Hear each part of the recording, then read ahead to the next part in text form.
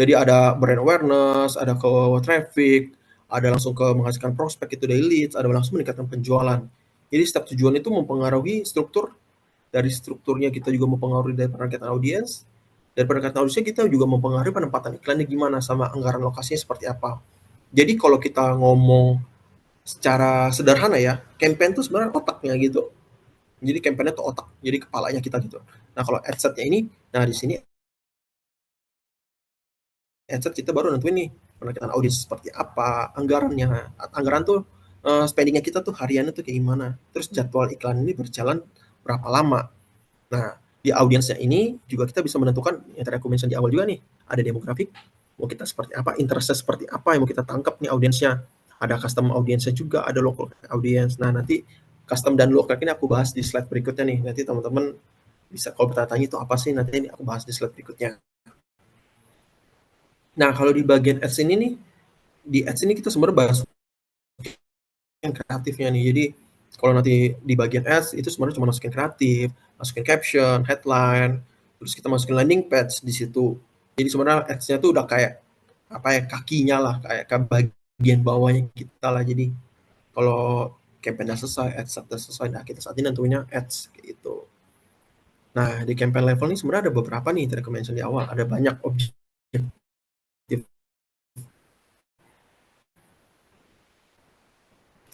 Sekarang dulu tuh sebenarnya ada banyak banget. Sebenarnya cuma ada berapa ya? Ada 6 campaign gitu, ada 6 objektif yang ditawarkan Meta. Jadi awareness tujuannya sebenarnya untuk reach atau brand awareness. Jadi tujuan dari campaign ini itu lebih banyak menargetkan audiens atau menjangkau audiens itu lebih banyak kayak gitu. Jadi menyebarkan iklan sebanyak-banyaknya ke semua orang siapapun itu. Tapi itu juga dalam tanda kutip bisa kita masukin audiens loh. Kayak gitu. Jadi sebanyak-banyaknya tapi dengan spesifik yang kita tentuin. Jadi bukan hanya asal nembak orang, tapi kita benar-benar spesifik ke orang yang mau kita targetin. Terus selanjutnya traffic. Nah, traffic nih kalau teman-teman mau mengarahkan audiens kita tuh langsung masuk ke website kita nih.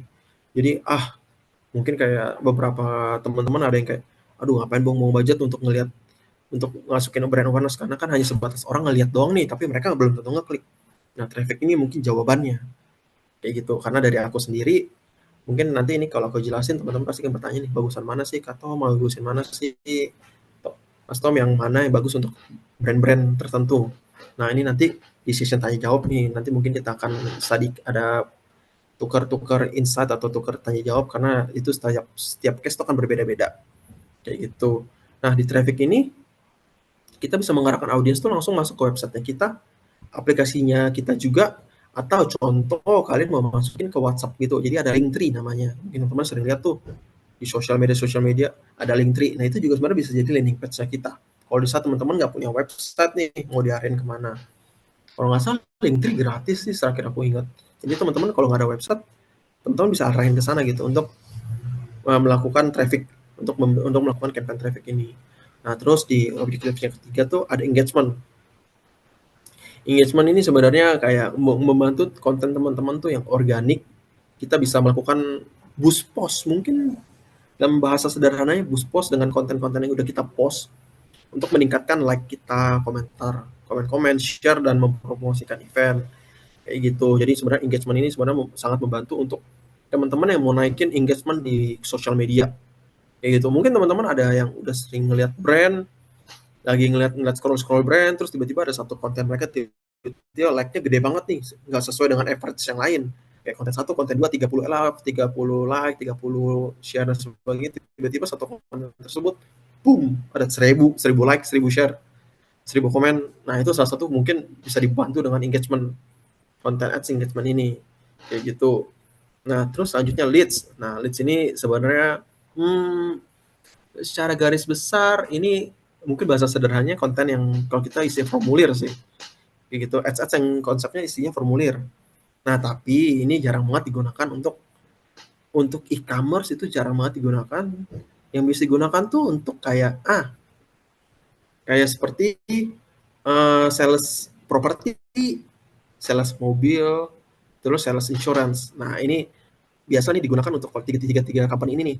Mungkin ada beberapa company lain yang aku miss, tapi yang cukup aku sering ketemu ini 3 company ini nih. Tujuannya buat apa? Kayak kita kan soalnya kita pas kalau kayak contoh orang beli mobil, orang kan pengen tahu nih harga mobilnya berapa, cicilan berapa. Nah, biasa kalau di saat kalian masukin nomor HP, email dan sebagainya, leads-nya ini akan ketampung nih dari ke advertising-nya, ke digital marketing-nya. Nah, tinggal tim sales-nya akan follow up tuh kayak gitu. Jadi sebenarnya lead form itu seperti itu kayak gitu. Dan nggak semua company atau nggak semua produk bisa pakai ini karena beberapa nggak cocok gitu, karena kan ya beberapa orang kayak kita nggak perlu melakukan isi email, isi nomor HP untuk melakukan sales gitu, tapi kan untuk di mobil, untuk di insurance atau untuk di rumah properti, mereka butuh waktu untuk melakukan pembelian gitu, butuh konsultasi lah kayak gitu sebelum melakukan pembelian kayak gitu sih. Nah, terus masuk lagi ke promotion. Nah, promotion ini yang sebenarnya saat ini lagi aku fokusin nih di Blibli. Jadi promotion itu apa? Jadi sebenarnya tujuannya untuk install ads. Jadi kalau teman-teman suka ngelihat ada install app kayak gitu, nah itu tuh app bagian dari app promotion. Terus selanjutnya untuk apa lagi app promotion ini app promotion tujuannya untuk mungkin teman-teman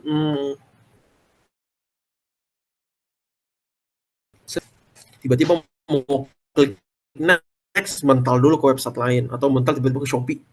Nah, itu salah satu app promotion yang cukup cukup ngeganggu. Tapi itulah salah satunya dari app promotion kayak gitu sih. Mungkin teman-teman sering banget tuh ngelihat lagi baca-baca atau lagi baca komik, next kamu volume 2 atau karakter 2, tep, udah tekan next, pindah dulu tuh ke Shopee, terus masuk ke Shopee. Nggak jelas toko siapa.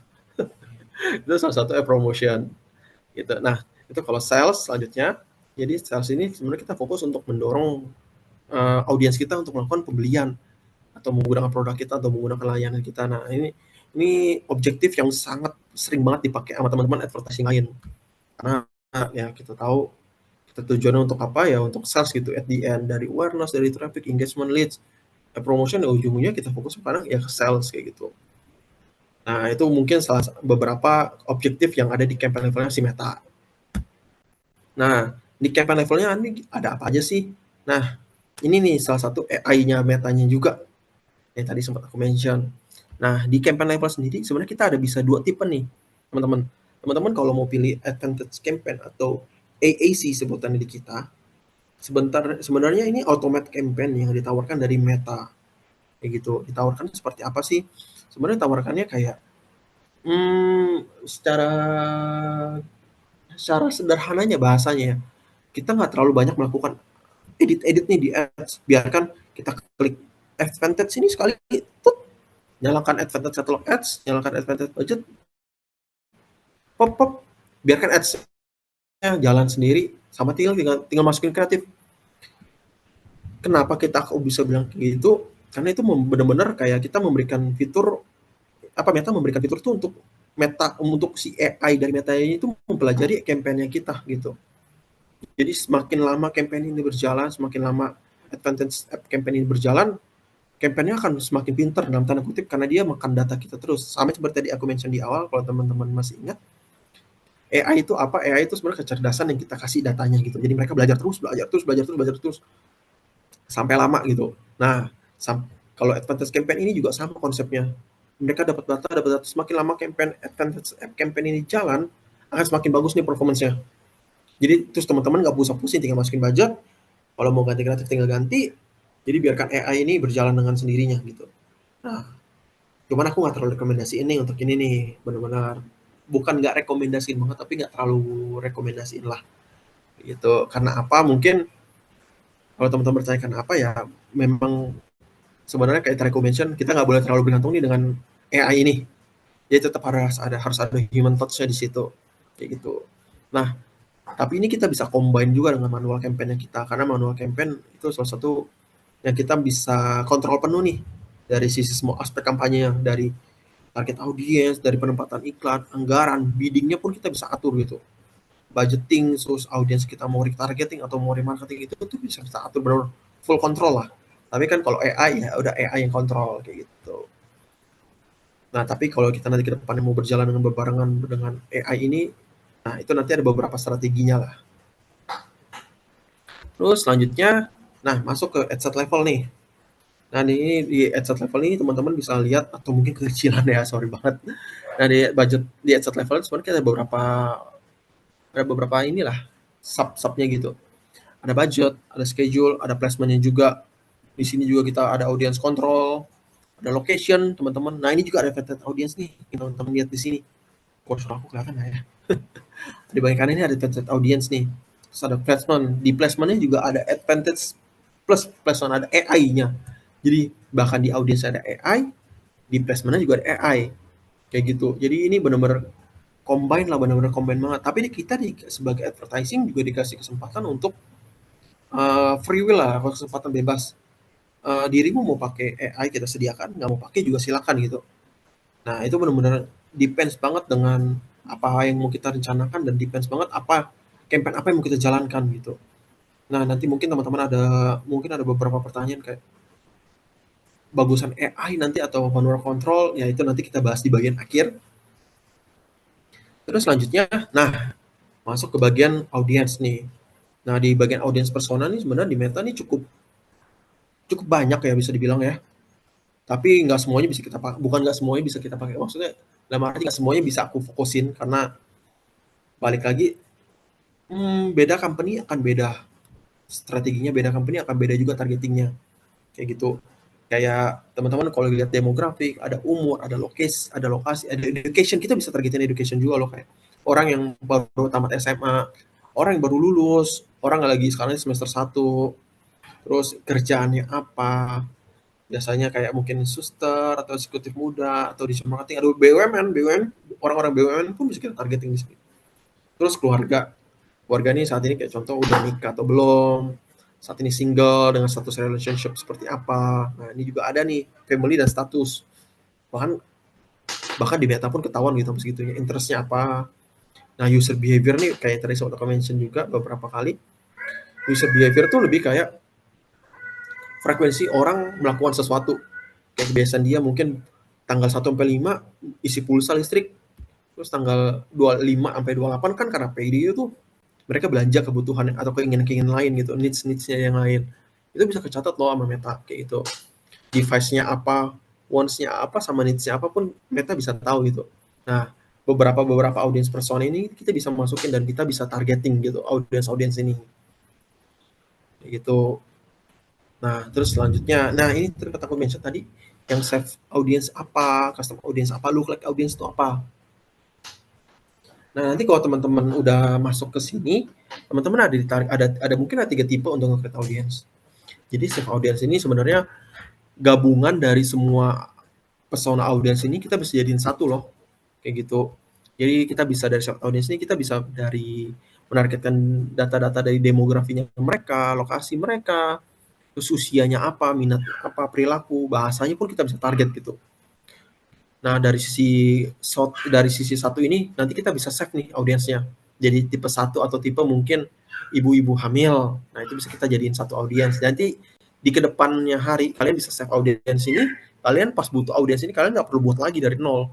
Makanya disebutnya save audience atau save audience. Karena audiens yang kalian buat kalian udah save. Konsepnya seperti itu. Sebenarnya mirip kayak nanti kalian bisa targetin audiens persona. Cuman di save audience ini kalian udah bisa save audiensnya. Jadi di saat kalian butuh suatu saat nanti, kalian nggak perlu create lagi dari ulang. Kayak gitu. Nah, terus custom audience atau retargeting. Nah, jadi mungkin teman-teman sering banget nih kayaknya gue baru masuk ke website ini deh, atau gue kayaknya baru masuk buka IG-nya dia deh. Kok nggak lama kemudian udah retargeting gitu. Atau kalian nggak ngerasa, kayaknya IG dengerin suara gua deh. Kayak gitu-gitu. Ya mungkin kalian sempat ngerasa juga. Kayak gue baru ngomongin brand A, kok nggak lama si brand A muncul ya di gue ya. Nah itu salah satu konsep yang bisa dipakai oleh custom retargeting atau custom audience. Kayak gitu. Cuman sebenarnya dalam tanda kutip, Meta tuh nggak mengakui kalau mereka tuh mendengarkan. Cuman di custom audience ini kita bisa membuat audience seperti itu. Kayak gitu. Jadi teman-teman kalau lihat di custom audience ini sebenarnya data pelanggan, pengunjungan situs website, penggunaan aplikasi, sama engagement audience. Nah, engagement audience ini nih yang salah satu paling gampang untuk kita retargeting. Kenapa?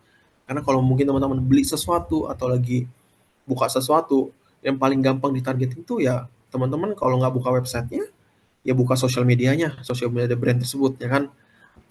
Jadi kayak di saat kita buka websitenya, langsung ditargeting. buka social medianya langsung ditargeting, karena kita sebagai advertising kita ngerekam loh audiens itu, kita ngerekam dan kita bisa nge-track audiens itu gitu. Nah, teman-teman makanya kalau kalian bertanya-tanya gimana sih cara retargeting, nah itu salah satu custom retargeting gitu, custom audience yang biasa dipakai advertising untuk melakukan retargeting terus-menerus. Nah, terus selanjutnya, mungkin teman-teman ada kayak data pelanggan apa sih? Nah, data pelanggan tuh sebenarnya ini paling awam banget digunakan. Jadi kalau teman-teman mungkin biasa bikin member ya, atau mungkin kalian kalau lagi beli sesuatu di mall, suruh isi ditanyain emailnya apa. Nah, itu tuh email yang akan di-save oleh company atau ada brand tersebut untuk melakukan custom retargeting. Nah, tujuannya ya buat itu sih, karena email tuh sebenarnya lebih spesifik, lebih lebih apa ya, lebih mungkin bahasa sederhananya lebih pasti ya. Karena kan email tersebut email yang kamu gunakan kan. Kayak contoh, mungkin aku sebut salah satu brand yang sering banget di mall-mall yang jual furniture kayak Informa atau Rupa-Rupa atau S. Nah, kalian kalau mau dapat invoice-nya kan mereka suruh isi email tuh. Nah, email tersebut tuh yang mereka akan collect, mereka akan kumpulin, mereka akan bikin audiensnya. Nah, di saat mereka butuh, mereka akan ditargeting tuh audiens tersebut. Nah, itu salah satu yang biasa digunakan dan cukup awam banget digunakan saat ini.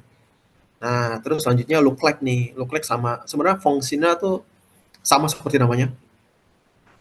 Jadi, lookalike ini adalah audiens baru yang mirip dengan custom audience yang udah kita milikin.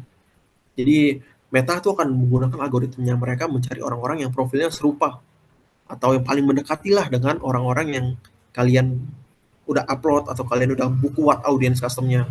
Nah, makanya kalau lookalike ini aku bisa merekomendasikan kalian harus buat lookalike-nya based on dari data pelanggan.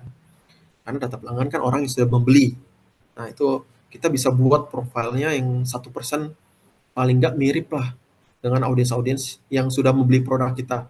Jadi tujuan si lookalike audience ini adalah mencari customer baru yang behavior-nya mirip, perilakunya mirip, terus interest-nya juga mirip, kayak gitu. Jadi audiens-audiens tersebut yang akan kita cari audiens barunya. Itu tujuan buat apa? Buat memperbesar marketnya kita lebih besar lagi. Kayak gitu. Teman-teman, sorry ya kalau misalkan aku kecepatan, langsung open mic langsung Mas Tom atau Kak Tom kecepatan nih. Gitu. Gak apa-apa ya. Oke, selanjutnya. Nah, ini di bagian ads level nih.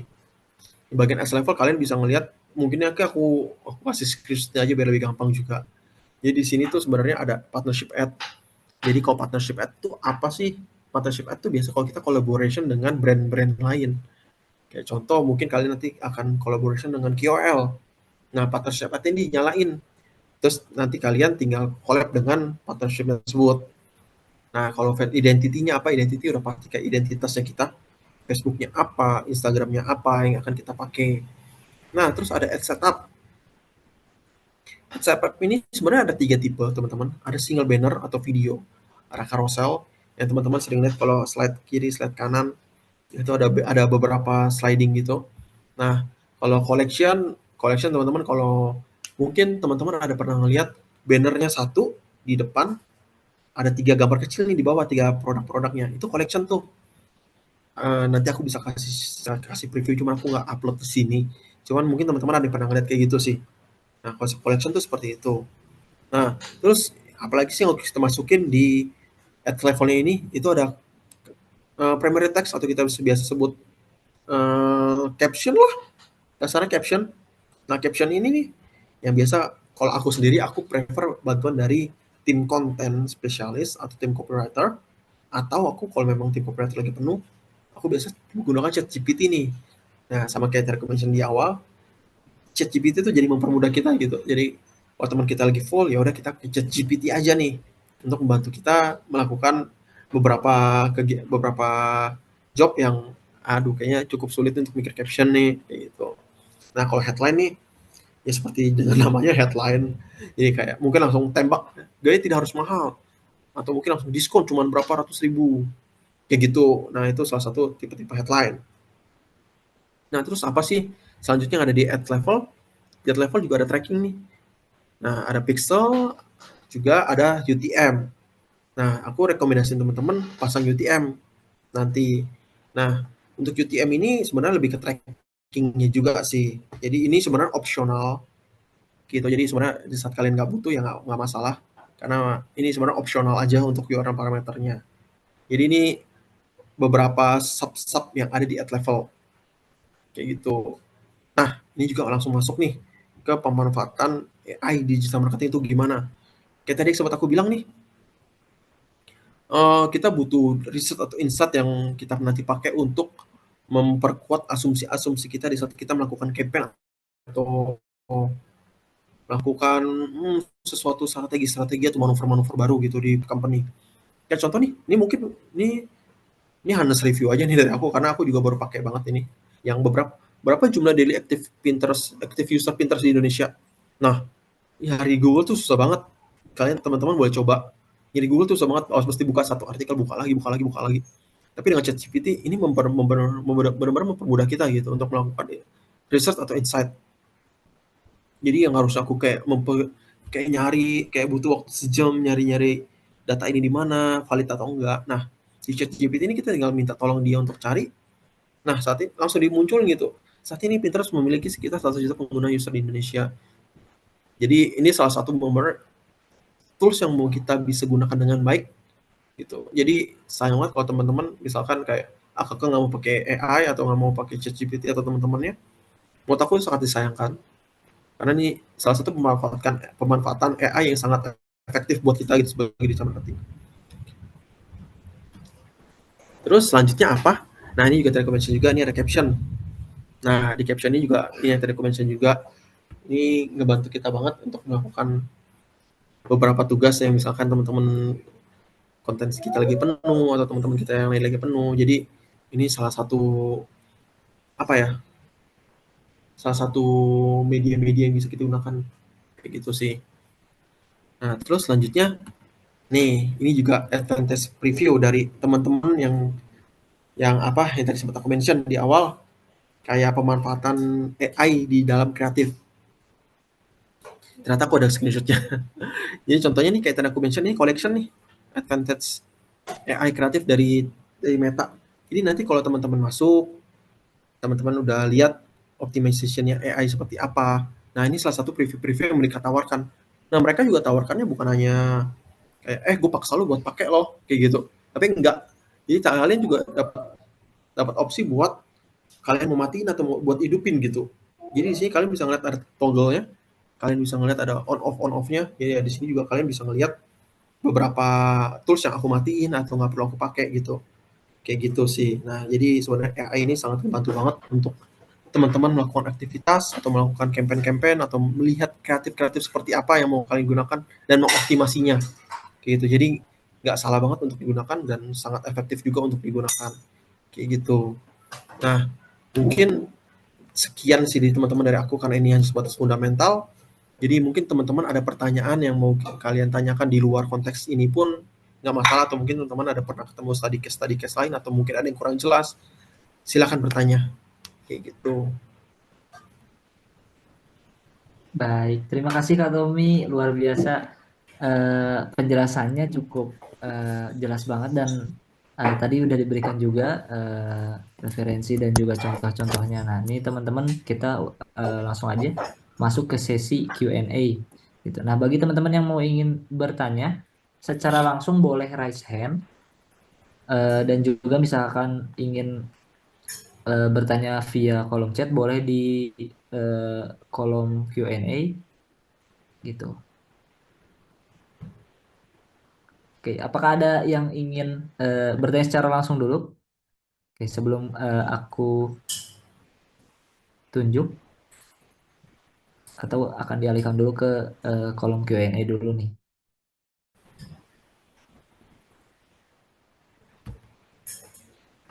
Nah, mungkin ini Kak ada dari kolom Q&A dari Kak Rafli nih. Kak, tolong dijelaskan juga tentang pixel di dalam Meta Ads dan untuk meminimalisir akun ke Banned juga, Kak.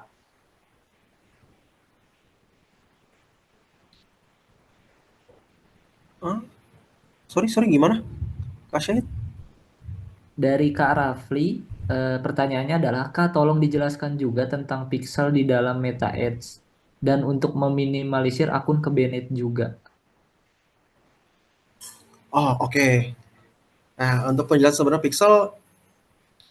Pixel sebenarnya itu lebih ke tracking ya teman-teman ya. Jadi Pixel ini salah satu tools yang bukan salah satu tools, sebenarnya itu salah satu apa ya sebenarnya kayak tracking yang di provide dari si Meta sendiri. Jadi kalau teman-teman nanti di next step next workshop berikutnya ada Google Ads, nah situ itu mereka juga sama, mereka ada Google Analytics, mereka ada Google Ads, ada Ads LinkedIn, jadi mereka sebutan juga sama. Nah di Meta sendiri itu namanya Pixel. Nah Pixel itu apa? Pixel itu sebenarnya tracking yang memang disiapkan oleh Meta untuk teman-teman bisa melakukan tracking yang tadi kita bikin custom audience itu tuh. Nah itu tuh salah satu functionnya dari Pixel. Jadi mereka tahu audiens apa yang masuk, behavior seperti apa yang masuk. Jadi nggak hanya menembak buta gitu. Nah itu fungsinya Pixel. Nah nanti kalau teman-teman butuh penjelasan lebih dalamnya lagi untuk Pixel, mungkin aku bisa share linknya. Jadi ada penjelasan dasar benar-benar mengenai tentang Pixel itu, how to create the Pixel kayak gimana. Tapi kalau kalian ikutin dashboardnya nanti di Pixel, sebenarnya tinggal next next aja sih. Nah tapi Pixel ini kalau teman-teman tanya, Mas Tom ini Pixelnya ada di mana sih taruhnya? Pixel tuh ada di website. Jadi kalau teman-teman belum punya website atau belum punya apa, Pixel itu nggak bisa ditaruh. Sayangnya kayak gitu. Jadi Pixel bisa digunakan kalau memang kalian udah punya website atau teman-teman company kalian punya website, nah itu Pixel bisa taruh di sana. Nah, kalau teman company kalian hanya memiliki app, nah app tuh ada mungkin bisa di next levelnya lagi dari Pixel, itu ada sebutannya SDK. Nah, kayak SDK itu adalah bukan nama lain sih, tapi lebih next levelnya dari Pixel.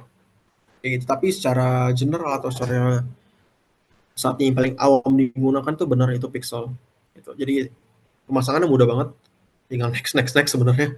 Apalagi kalau kalian pakai teman-teman mungkin sering pakai WordPress, Shopify, Wix atau website-website seperti itu paling benar-benar easy banget, dan di Google itu banyak banget how to using the Pixel, makanya aku nggak masukin karena tinggal cari how to connect Pixel with WordPress, how to connect Pixel with ini, benar-benar literally tinggal ngikutin stepnya, itu benar-benar mudah banget kayak gitu.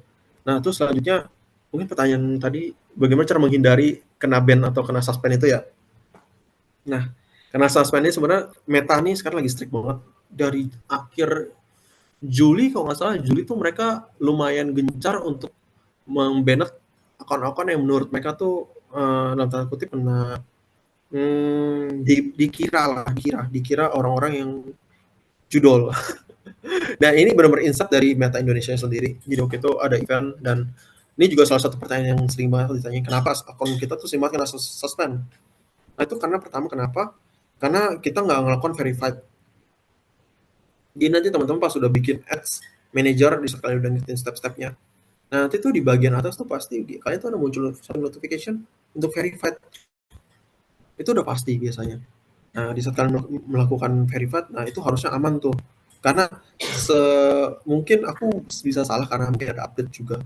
Tapi terakhir aku dapat update, Meta tuh melakukan mungkin kayak scanning ya, scanning, sebutan scanning kayak kalau kita komputer ada antivirus yang melakukan scanning setiap kita nyalain. Meta tuh melakukan scanning juga setiap kalau nggak salah 3 hari sekali, atau mungkin sekarang mungkin lebih cepat. Jadi dulu tuh mereka melakukan scanning 3 hari sekali untuk membedakan akun-akun yang seperti itu tuh.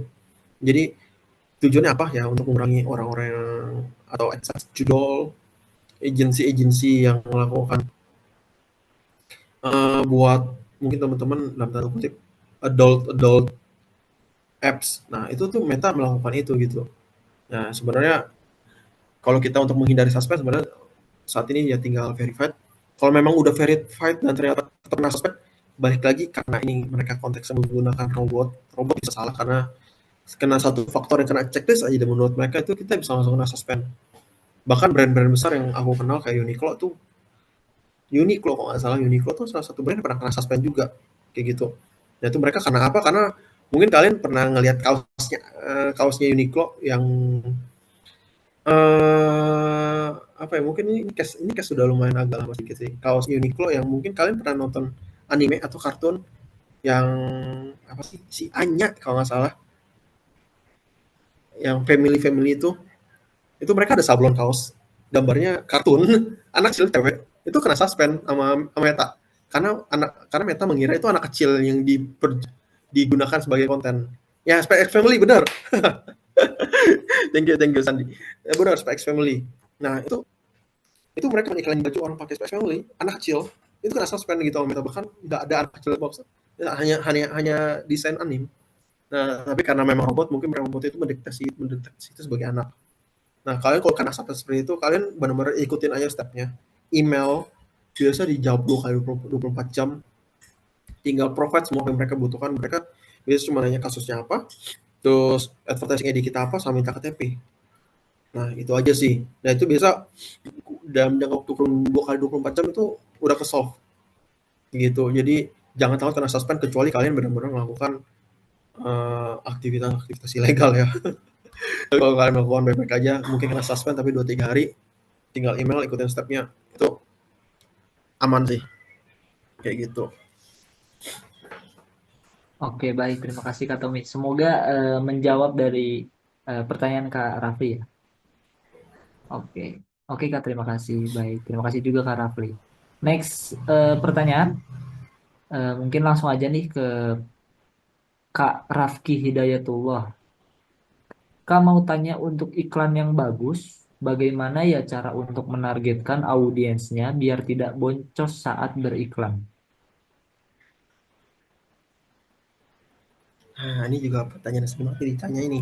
Untuk menargetkan audiens yang sebelum kita mengiklan, ini belajar dari pengalaman aku sendiri. Jadi sebelum kita targetin audiensnya kita, teman-teman, mungkin sebelum kita jualan sesuatu atau kerja di company tersebut, teman-teman biasa pasti udah punya sosial media tuh.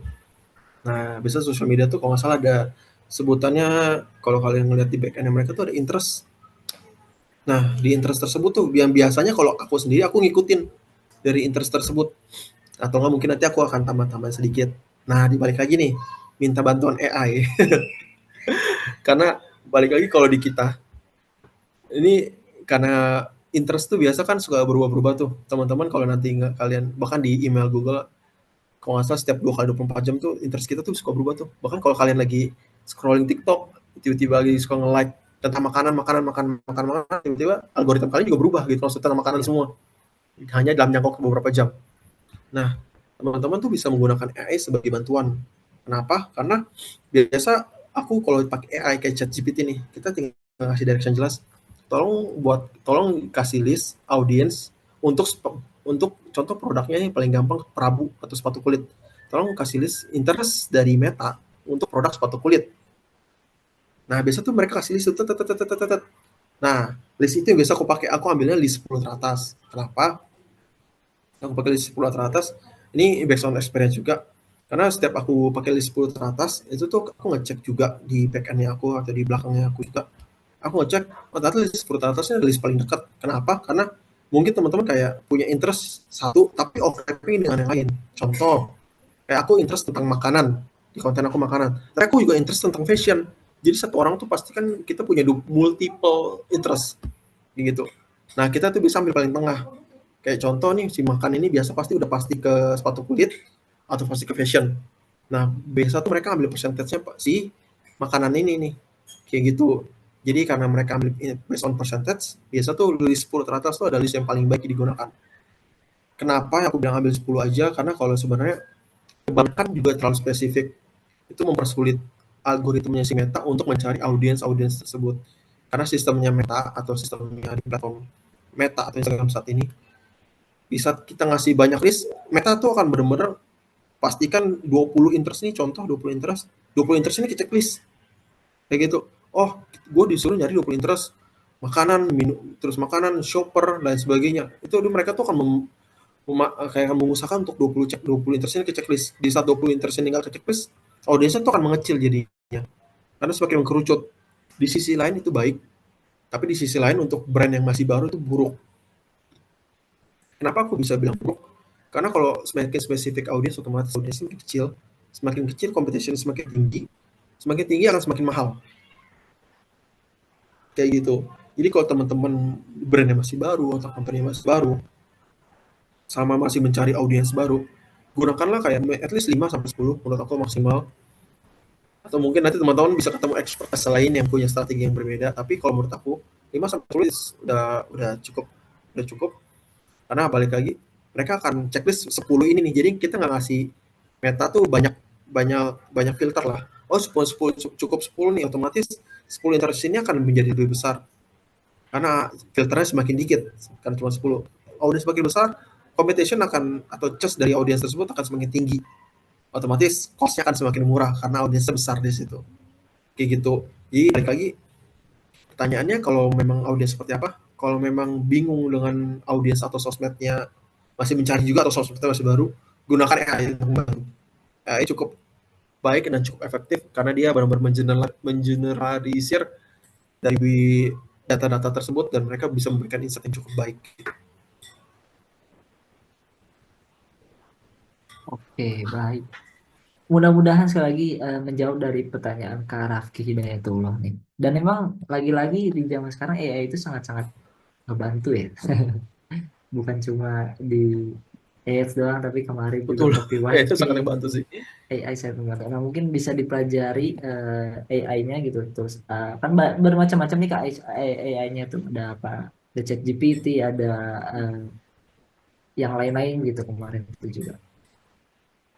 Nah, oke, mungkin langsung ke pertanyaan selanjutnya dari Kak Sondang nih. Kak, untuk yang baru pertama kali iklan dengan tujuan penjualan dan belum ada branding di IFB atau IG, baiknya pakai LPWA atau CTWA, Kak? Atau ada rekomendasi, Kak, Nah, dan baiknya coba beberapa hari dengan budget berapa per hari, Kak?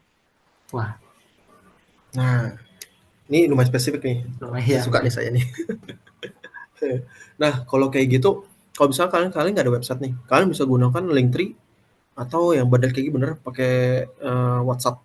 Jadi yang ketik-ketik itu yang API, kasih nomor HP, WhatsApp. Itu sebenarnya paling mudah. Paling mudah buat kita bisa nge-tracking audience kita tuh benar ngeklik ads apa enggak. Nah, untuk masalah budgeting sebenarnya kalau kita paksain mereka ke penjualan, kalau untuk produk-produk yang kenik-kenik lah, kita bisa sebut kenik-kenik atau produk-produk yang murah gitu, yang kebutuhan pembeliannya cukup mudah kayak basreng, basreng stick lidi, nah, atau kerupuk yang pedas itu tuh apa sih yang cabai-cabai itu.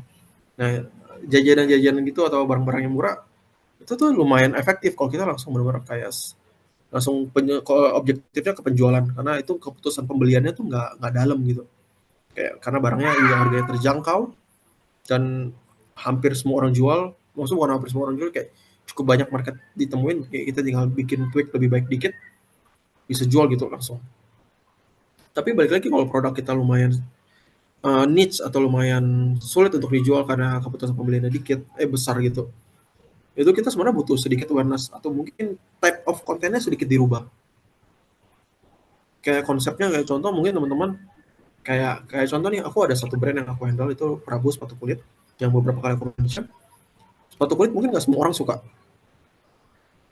orang lebih suka sneakers gitu udah pasti, Nike, Adidas, Asics dan sebagainya. Atau mungkin teman-teman udah tahu Kanki, itu juga salah satu brand yang paling mudah banget dijual karena sneakersnya dengan harga terjangkau. Tapi sepatu kulit it's been kayak cukup susah gitu dijual karena mungkin marketnya bapak-bapak, anak muda siapa yang mau pakai sepatu kulit, itu jarang banget.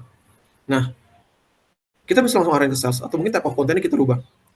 Tipe konten yang kita rubah seperti apa sih? Kontennya ya balik lagi, ini konten yang sebenarnya waktu itu, ini udah lama banget aku research waktu itu, aku juga pakai chat GPT lagi balik. Ini aku ulang lagi pakai chat GPT waktu itu, aku risetnya apa? Jadi problem orang kenapa nggak pakai atau orang nggak suka sepatu kulit gitu. Ternyata tuh yang paling utama adalah bau kaki. ini ini memang problem orang yang nggak suka pakai sepatu kulit itu bau kaki karena panas. Nah, konten seperti apa sih yang bisa menjawab problem mereka? Ya konten-konten yang seperti itu gitu. Karena mereka cukup concern dengan bau kaki dan sepatu karena panas. Jadi sebelum kita menjual produk tersebut ya kita ngejelasin dulu, oh sepatu gue ini bisa menjawab permasalahan lo seperti apa. Kita jelasin sepatu kita tuh ternyata efektivitas atau ruang udaranya tuh, ruang geraknya tuh lebih oke loh. Jadi lu nggak bau kaki. Jadi nggak bener langsung lu tembak langsung jualan, tapi lu jelasin dulu manfaat dari produk lu. Karena beberapa orang takut untuk memakai sepatu kulit ya karena bau, karena bau kaki gitu, nanti ujungnya keringetan gitu. Tapi dengan sepatu kulit lu bisa menjawab problem mereka, lu gak usah takut pakai sepatu kulit lagi, lu pakai sepatu kulit ini, lu nggak akan bau kaki. Let's say kayak gitu. Jadi nggak langsung benar-benar directly menjual, tapi lu bisa menjawab problem mereka dengan barang lu gitu. Nah, maka di situ mungkin type of content bisa masuknya di situ. Bau apa? Bau bau sikil. Ya bau sikil betul. Karena orang malas banget tuh pakai sepatu kulit tuh. Biasa panas kan bau sikil, bau kaki. Nah terus selanjutnya kayak kampukan dari sepatu tersebut. Orang pakai sepatu kulit kalau pakai lama 2 jam 3 jam udah apa tuh bagian belakangnya tuh biasa lecet, panas.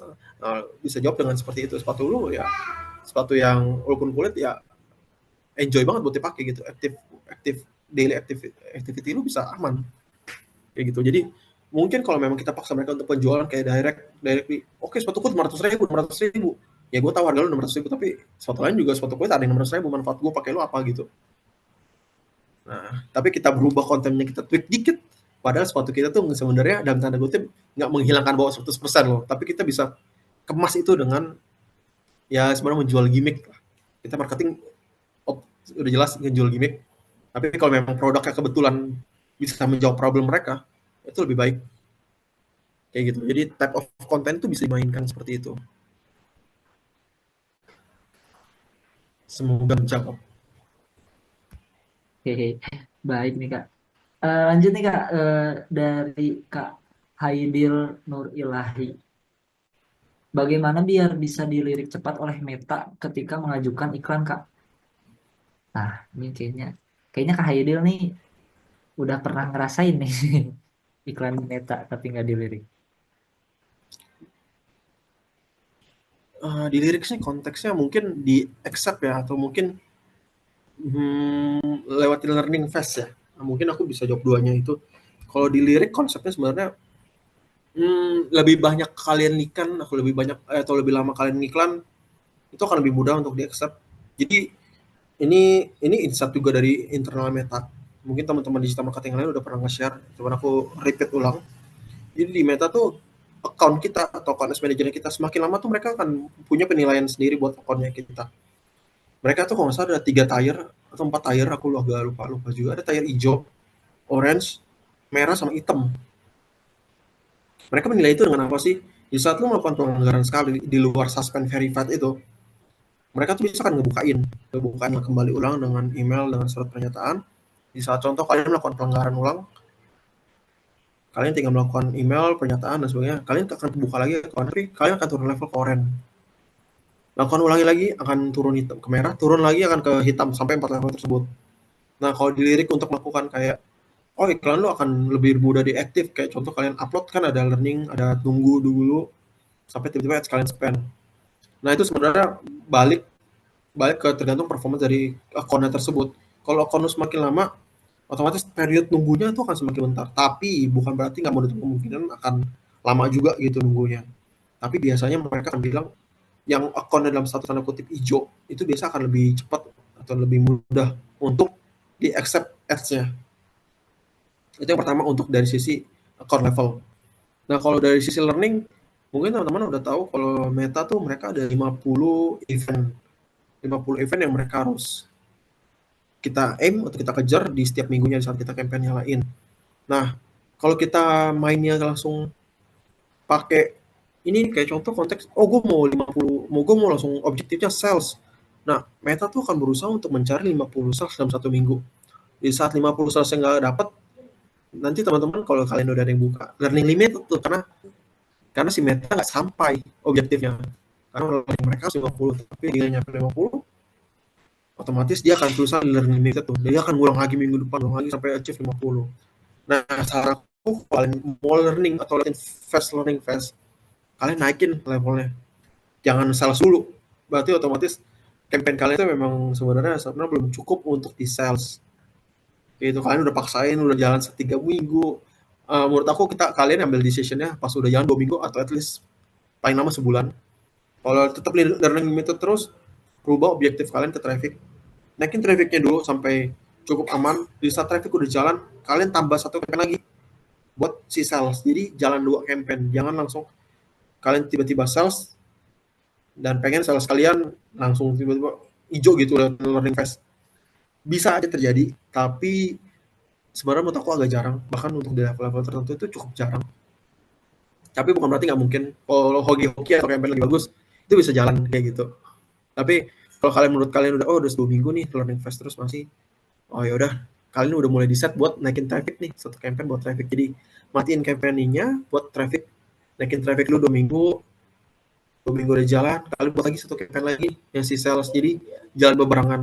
Budgetnya mungkin aku kalau misalkan teman-teman nanya budgetnya, menurut aku ya untuk di level tertentu, untuk kalian bisa lihat sendiri brand kalian atau company yang kalian kerjakan, brandnya masih dalam tanda kutip masih agak lemah, trafficnya atau awareness-nya tuh agak tinggi.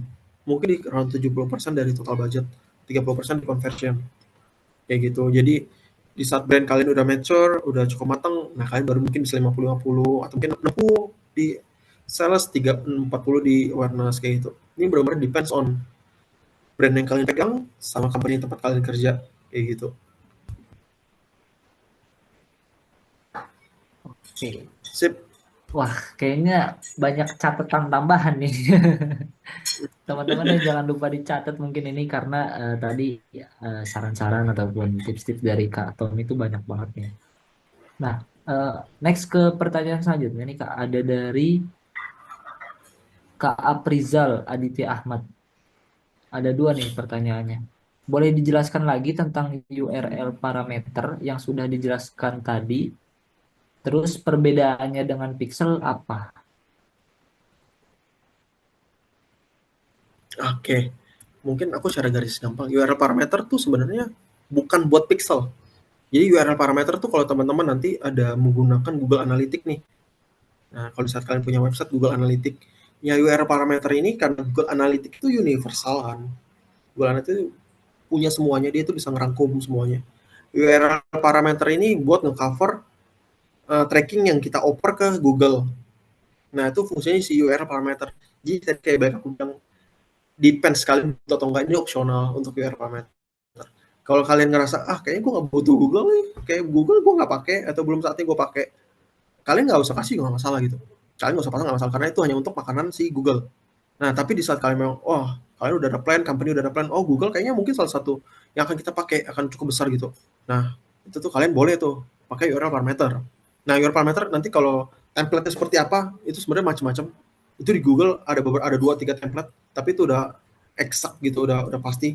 Ada UTM content, ada UTM campaign, UTM source sama UTM source sama UTM media, kalau nggak salah media atau media source. Ya itu ada beberapa UTM. Tujuannya URL parameter itu ya benar, balik tadi kamu mention, itu tuh kasih makan si Google Analytics-nya. Karena Google Analytics nggak bisa ngambil makanan dari Pixel. Pixel punya meta doang soalnya. Gitu. Nah, bedanya di situ. Pixel hanya untuk meta. URL parameter ini bener kasih makan buat si Google. Gitu. Jadi beda beda tracking sebenarnya. Jadi kalau kalian ngerasa, company gue nggak butuh Google ya, nggak usah pakai, nggak apa-apa. Tapi sebenarnya sampai saat ini mungkin aku cuma ketemu 1-2 brand doang yang mereka tuh sebenarnya cukup, bukan cukup sih, mereka nggak pakai Google gitu. Soalnya Google kan sekarang cukup universal untuk dipakai, terutama di YouTube sama di search. Tapi ada beberapa brand juga, kalau kalian tahu brand lokal itu kalau nggak salah namanya si Shop and Red Velvet kalau nggak salah, sama satu lagi si Jiniso. Jiniso tuh mereka nggak pakai URL parameter, karena kan cuma fokus di Meta sama TikTok. Nah, itu mungkin brand-brand tertentu aja melakukan seperti itu, tapi mungkin ya hanya sedikit, mungkin kalau kayak dua dari 10 yang melakukan seperti itu, yang mereka nggak pakai URL parameter. Sisanya mereka pakai. Nah, itu mungkin perbedaan dari URL parameter sama pixel.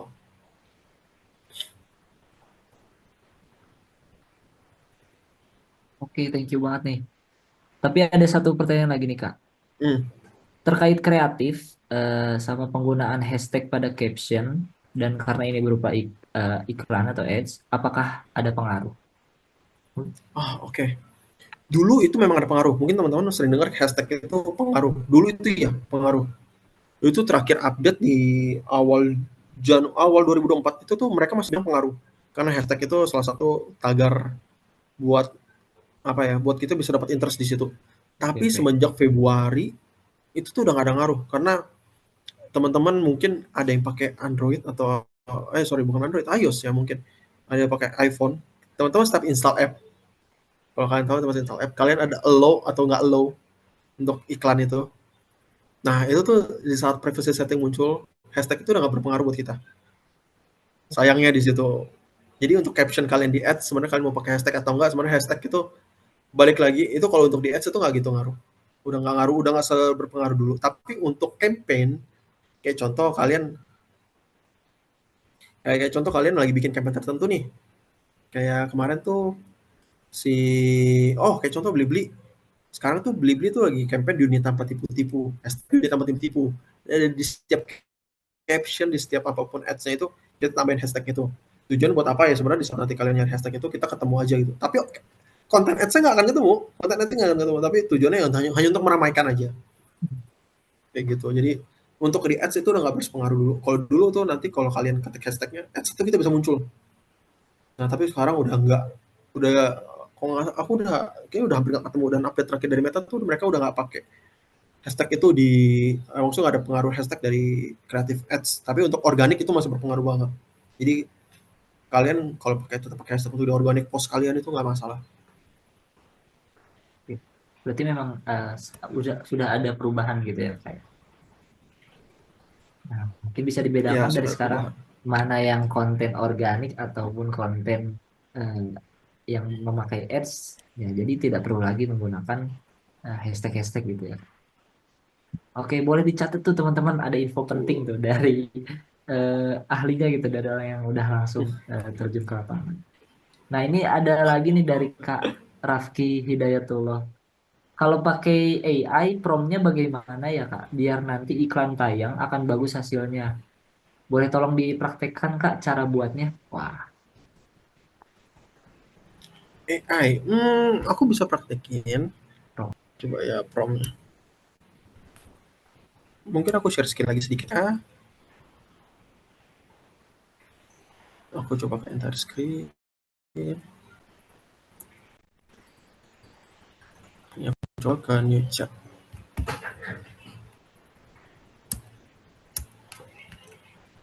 Ntar dulu sebentar, ini konteksnya promnya tuh apa ya? Aku lupa confirm lagi. Promnya gimana ya tadi Kak Asyad ya?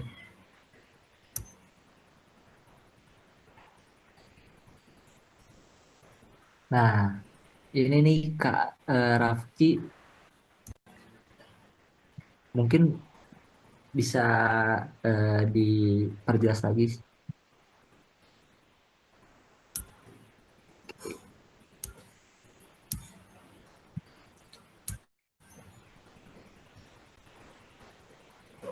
Coba pakai AI promnya bagaimana ya biar nanti iklannya tanyain banget baru prakteknya cara buatnya. Promnya, konteks promnya aku kurang tangkap nih. Promnya itu apa ya? Oke. Pronunciation-nya tuh atau, oh mungkin perintahnya ya, kayak kita memberikan perintah ya.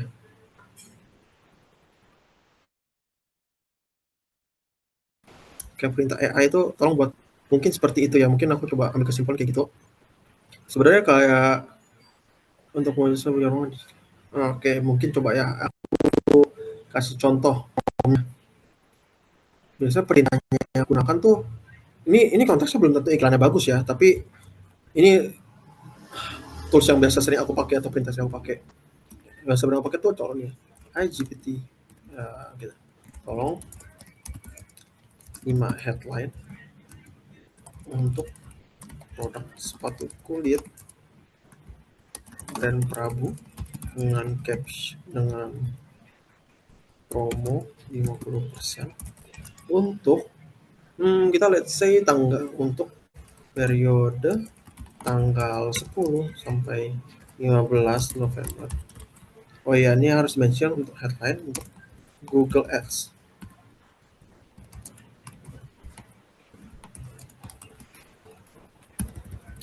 dengan produk sepatu kulit brand Prabu. Tolong dengan maksimal 30 sampai 40 karakter. Nah, kalian kalau memberikan ini juga harus ini ya, kayak ngejelasin perintahnya apa, buat apa, sama insight, sama apa yang mau kalian buatkan. Nah, biasanya tuh mereka ngasih kayak gini-gini. Nah, mereka langsung ngasih beberapa opsi lah kayak gitu. Nah, ini kalau aku contoh buat headline. Tapi kalau aku kayak butuh insight untuk promnya, biasa aku buat insight tuh kayak, oh berapa aktif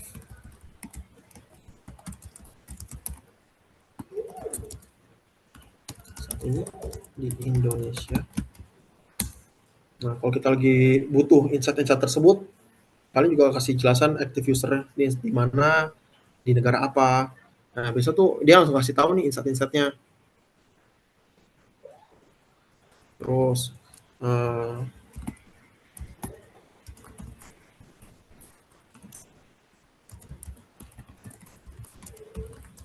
10 interest untuk Meta Ads untuk produk sepatu kulit.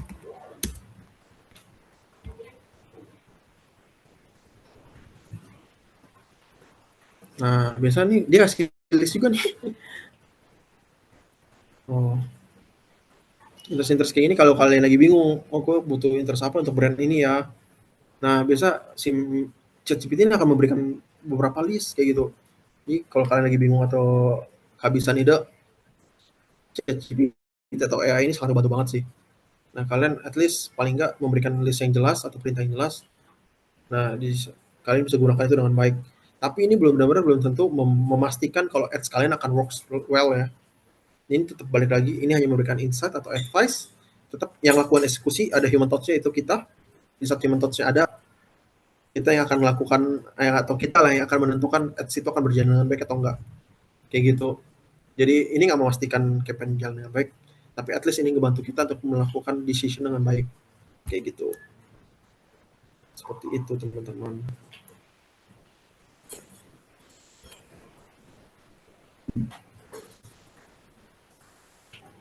Sip, Karaki. Oke, mungkin boleh nanti dicoba lagi ya sama teman-teman, tes-tes aja ChatGPT-nya dengan produk ataupun teman-teman belajar dari brand orang gitu. Nah, ini selanjutnya nih ada dari Kak Irfan Santoso. Apa yang dimaksud dengan iklan organik dan bagaimana perbedaannya dengan iklan berbayar di platform seperti Meta, TikTok, dan Google Ads? Lalu apa strategi konten atau campaign yang efektif untuk meningkatkan visibilitas organik di Meta? Oke. Pertanyaan benar menarik nih karena apa ya ini cukup luas ya karena ini sampai ke tim konten juga nih harusnya nih. Tapi ini aku bantu jawab. Jadi kalau untuk dimaksud dengan iklan organik dan bagaimana perbedaan dengan iklan berbayar, sebenarnya secara visual itu teman-teman udah biasa pasti lihat lah kayak sponsor dan sebagainya. Nah, untuk iklan berbayar seperti Meta dan TikTok atau Google Ads, kalian kalau teman-teman lagi searching di Google Ads, terutama kalian lagi di Google Ads kayak iPhone 15, muncul tuh kalau nggak salah si siapa ya? Paling terakhir tuh kalau nggak salah dari iBox itu ada tulisan sponsor, jadi itu benar-benar ada kayak gambar toa gitu. Nah itu udah kelihatan banget tuh, itu iklan-iklan berbayar gitu. Nah, perbedaan paling signifikan dari sisi audiens terutama. Organik itu biasa nge-reach audiens atau followers sendiri dulu pertama. Yang kedua, kalau mereka masuk ke FYP atau viral viral lah kasarnya, mereka itu baru bisa nge-reach lumayan jauh. Apalagi di TikTok. Maksudnya di TikTok kalau untuk orang FYP tiba-tiba banyak. Nah, kenapa kenapa itu bisa efektif atau ini paling gampang TikTok ya kita bahas dulu. Kenapa itu bisa efektif atau untuk meningkatkan visibilitasnya di organik, terutama di TikTok terutama. Itu ada sebutannya kalau di TikTok tim update tuh repeat watch sebutannya repeat watch atau bahasa Indonesia menaikkan ulang. Konsepnya kayak kalian bikin iklan 15 detik atau kita paling gampang bilang teman-teman kalau ngeliat konten-konten makanan orang review makanan tempat makannya paling di akhir ya dikasih tahu tujuannya apa, tujuannya ya buat kalian bisa nonton sampai habis. Tapi tempat makannya tuh ditunjukinnya kayak cuman sekilas doang, kayak mungkin 2 detik doang, alamat bla bla bla panjang gitu. Terus hilang 2 detik terakhir doang tuh. Tujuannya buat apa? Buat kalian nonton ulang lagi dari awal. Jadi kalian nonton lagi dari awal, kalian pause tuh. Anjir, alamatnya cepet banget hilang. Tujuan gitu, itu repeat watch. Konten-konten seperti itu yang biasa ngebuat algoritmanya si TikTok, terutama di organik, itu tuh bakal cepet FYP karena repeat watch. Kalau nggak salah mereka ada frekuensinya sebutannya. Aku nggak tahu pasti. Mungkin nanti So, teman-teman konten spesialis yang sebelumnya itu akan bisa lebih share lebih baik. Tapi seingat aku itu kalau nggak salah di Watch tuh kisaran frekuensinya itu 3 sampai 4 kali per person. Jadi kalau teman-teman paling sering ngelihat konten-konten yang seperti itu salah satu trik-trik mereka untuk melakukan organik atau meningkatkan visibilitas mereka di organik TikTok. Kayak gitu. Watch time-nya 100% itu konten-konten yang akan sering di publish gitu, sering FYP. Terus kedua konten-konten yang lagi memang viral. Lagu-lagu si siapa tuh yang si Genie, Jisoo yang sama Bruno Mars apa itu kan lagi viral. Kalau kalian membuat konten seperti itu dengan sound efeknya mereka, itu virality kalian itu chance akan lebih tinggi karena lagi viral. Karena bukan hanya di Indonesia viralnya, hampir seluruh dunia itu viral. Konten-konten seperti itu ya mungkin kalian bisa numpang wave lah, numpang gelombangnya. Nah kalian bisa buat konten-konten seperti itu. Tapi konten-konten yang kalian bisa tiru adalah konten-konten yang tadi aku awal mention, yang ngasih clickbait atau ngasih infonya tuh di akhir yang membuat kalian tuh anjir terpaksa nonton ulang nih. Nah, itu repeat watch itu sebutannya itu konten-konten yang cukup gampang mudah atau cukup bisa diikuti untuk viral. Nah, terus untuk kalau untuk di TikTok untuk di Meta sendiri sebenarnya untuk di Meta sendiri konsepnya sepertinya mirip untuk di seperti TikTok. Konten-konten yang ada clickbait sama yang kasih tempat atau infonya di akhir sama karena mereka tuh juga ada repeat watch-nya juga. Cuman harusnya porsinya nggak begitu besar. Tapi terakhir yang dapat update ini mungkin udah lama karena aku nggak ngikutin banget untuk di organik. Terakhir yang aku update terakhir udah agak lama itu konten-konten yang lebih mudah untuk meningkatkan visibilitas adalah konten-konten saat ini kalau update dari terakhir awal 2024 konten-konten sering melakukan collaboration. Collaboration itu apa? Ada dua tipe. Yang tadi partnership ads itu konsep untuk di ads, tapi untuk collaboration adalah kayak kalian ngepost tapi tag tag teman kalian atau tag produk collaboration kalian karena partnership tuh konsepnya kalian bisa mendapatkan dua audiens yang berbeda tapi secara berbarengan. Reach dari audiens kalian, reach dari audiensnya brand collaboration kalian, dapat reach yang besar itu nilai si konten atau si algoritma akan menilai konten kalian itu adalah konten yang punya di FYP itu konten-konten seperti itu yang cukup bisa meningkatkan visibilitas kalian di organik gitu. Di Meta menurut aku sedikit lebih susah dibandingkan TikTok. Tapi harusnya itu bekerja dengan algoritma yang cukup mirip lah kasarnya. Kayak gitu Irfan.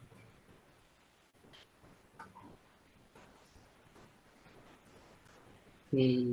Nah, kan teman-teman dikasih saran tuh tadi buat membuat konten yang bisa apa repeat watch-nya tinggi gitu ya.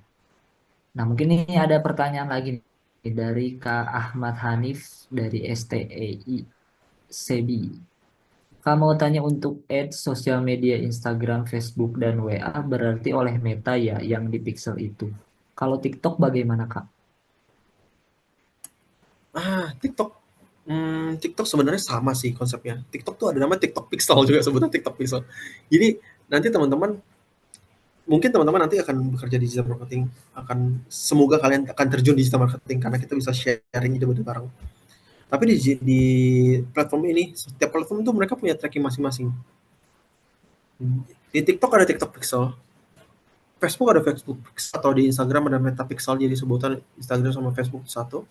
Sama di WA juga ada Pixel. Di Twitter ada Pixel, Twitter Pixel namanya. Terus di Pinterest, kalau nanti kalian di Pinterest ada Pinterest Pixel, sama Pinterest tagging. Terus di mana ya terakhir ya? Mungkin paling gampang di LinkedIn. LinkedIn tuh juga ada LinkedIn Pixel. Jadi mereka tuh punya pixel masing-masing. Nanti di saat kalian udah kerja di suatu company atau di brand tertentu, kalian mau install sesuatu tuh itu kalian harus install satu-satu tuh. Sebenarnya installnya gampang sama kayak Meta, cuman klik, masukin code kalian, udah end gitu.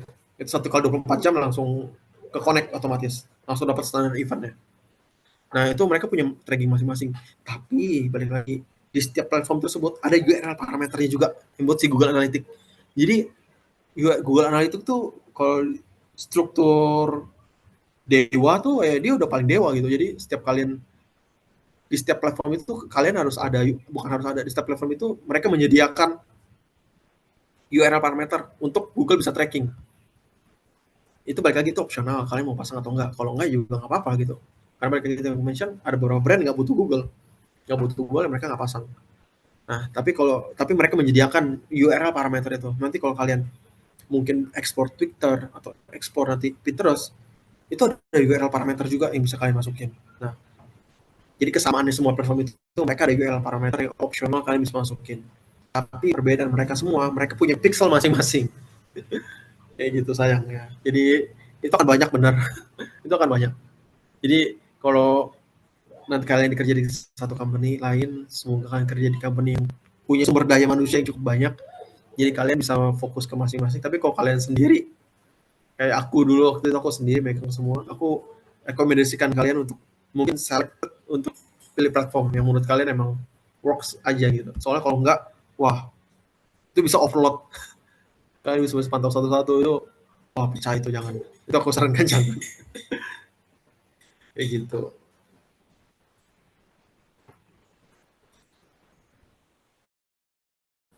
Oke, baik. Terima kasih sekali lagi Kak Tommy. Mungkin mudah-mudahan terjawab dari pertanyaannya gitu. Nah, teman-teman, ini kita Sip. masih ada eh, sisa waktu kira-kira 30 menit lagi. Mungkin masih ada yang ingin bertanya atau ada yang masih eh, dibingungkan. Boleh ditanyakan kembali. Ya silakan teman-teman, nggak apa-apa kalau kalian ada mau bertanya mungkin di Ya. luar digital marketing atau mungkin gimana cara jadi digital marketing, apapun yang bisa aku jawab aku akan bantu jawab. Nah, dari Kak Ahmad, bahwa tiap platform ada pixel masing-masing. Benar. Aku salah satu platform untuk buat dan tracking konten kita.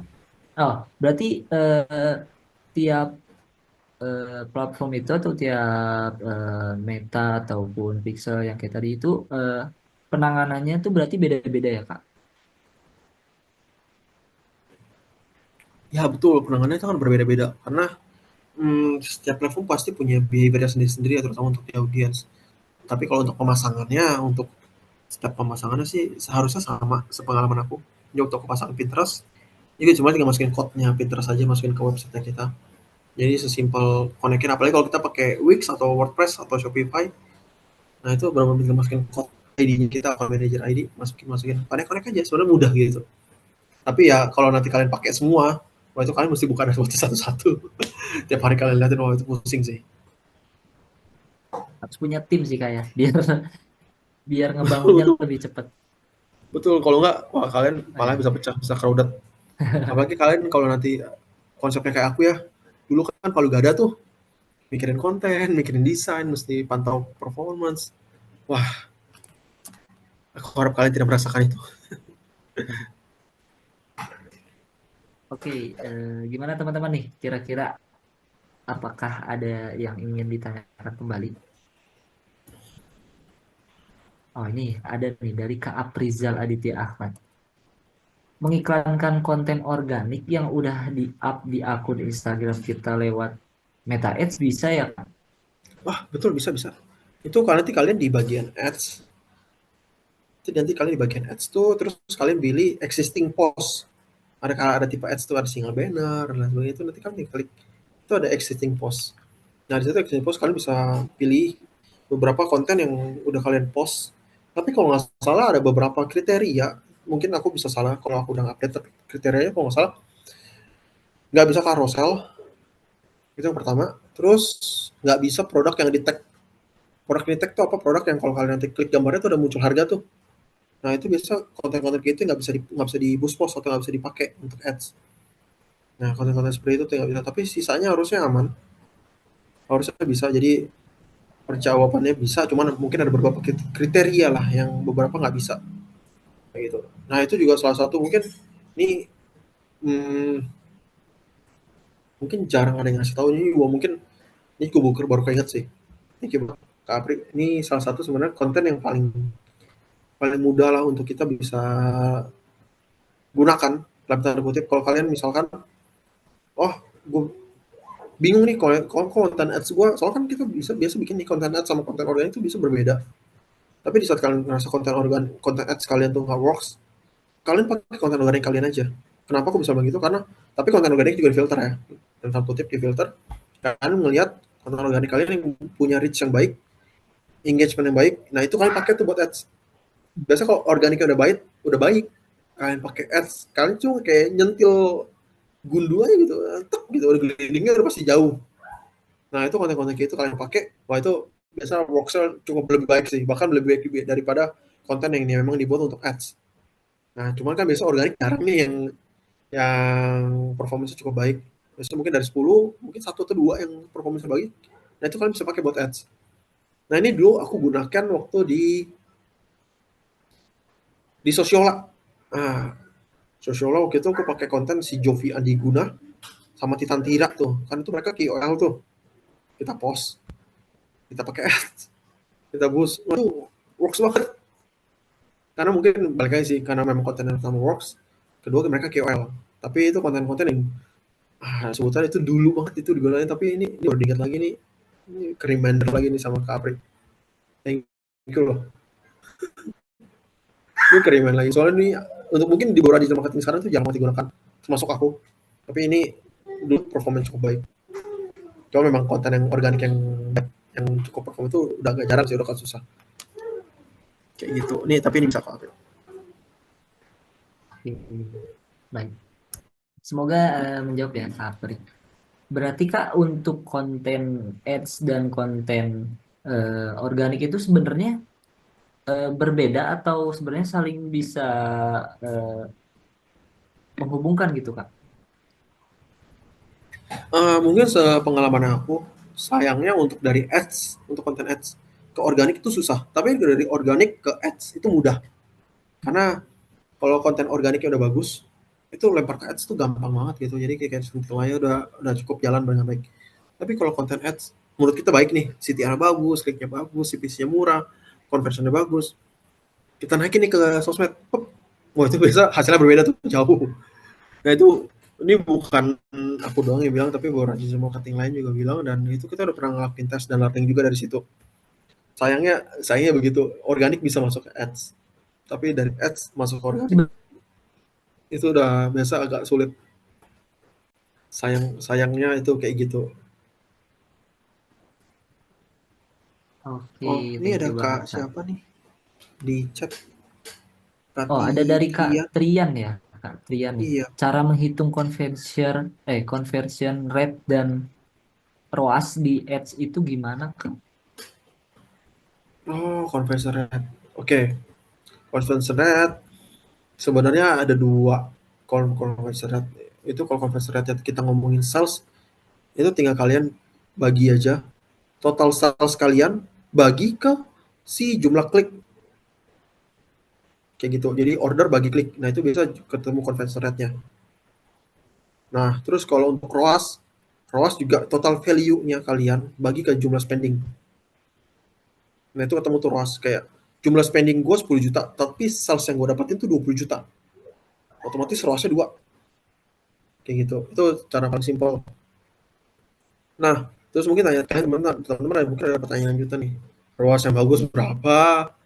Sale conversion rate yang bagus berapa? Sebenarnya itu depends on your product gitu. Produk kalian, jasa kalian yang kalian gunakan itu seperti apa. Karena mungkin aku ceritain beberapa kasus kayak di, brand apa ya?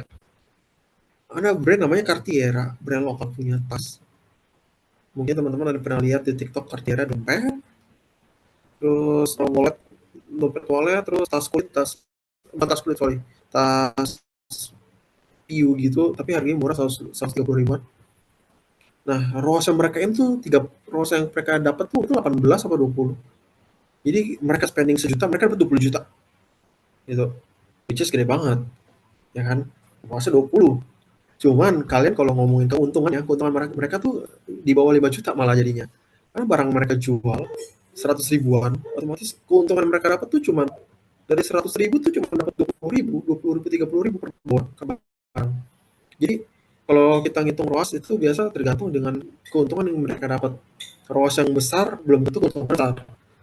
ROAS yang kecil malah bisa jadi keuntungannya tuh besar. Kayak contoh, kalian mungkin pernah ngelihat iklan-iklan dari jam tangan Lux House.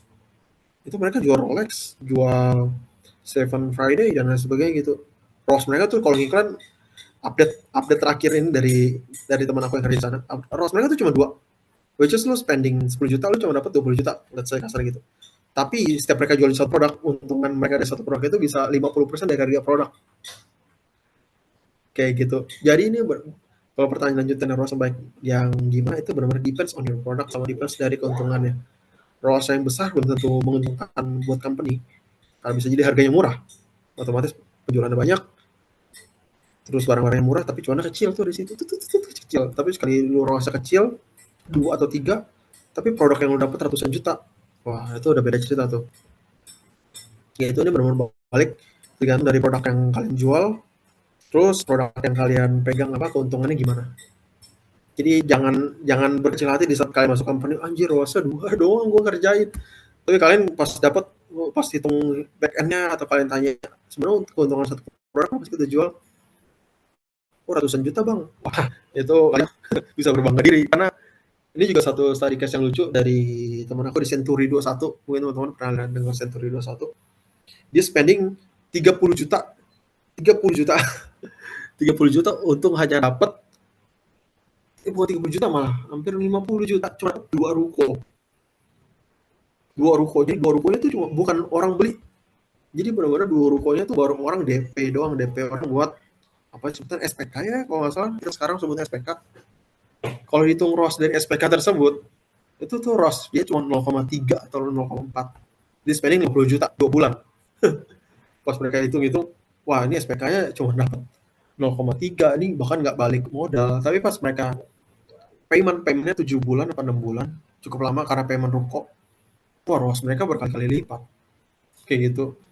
Jadi jangan khawatir, benar-benar itu balik lagi tergantung ke produk kalian. Jangan berkecil hati kalau kalian mengerjakan sesuatu, wah anjir masa kecil, ini ya kecil. Tapi kalian pasti tanya ke bagian mungkin tanya ke siapa kalau di beberapa company, mungkin kalian bisa tanya ke tim merchandising atau kalian bisa ke finance. Kalau kalian punya teman dekat nanti di finance, keuntungannya berapa sih itu barang? Wah kalian tuh itu baru, wah gede banget. Kayak gitu. Jadi kayak gitu sih teman-teman.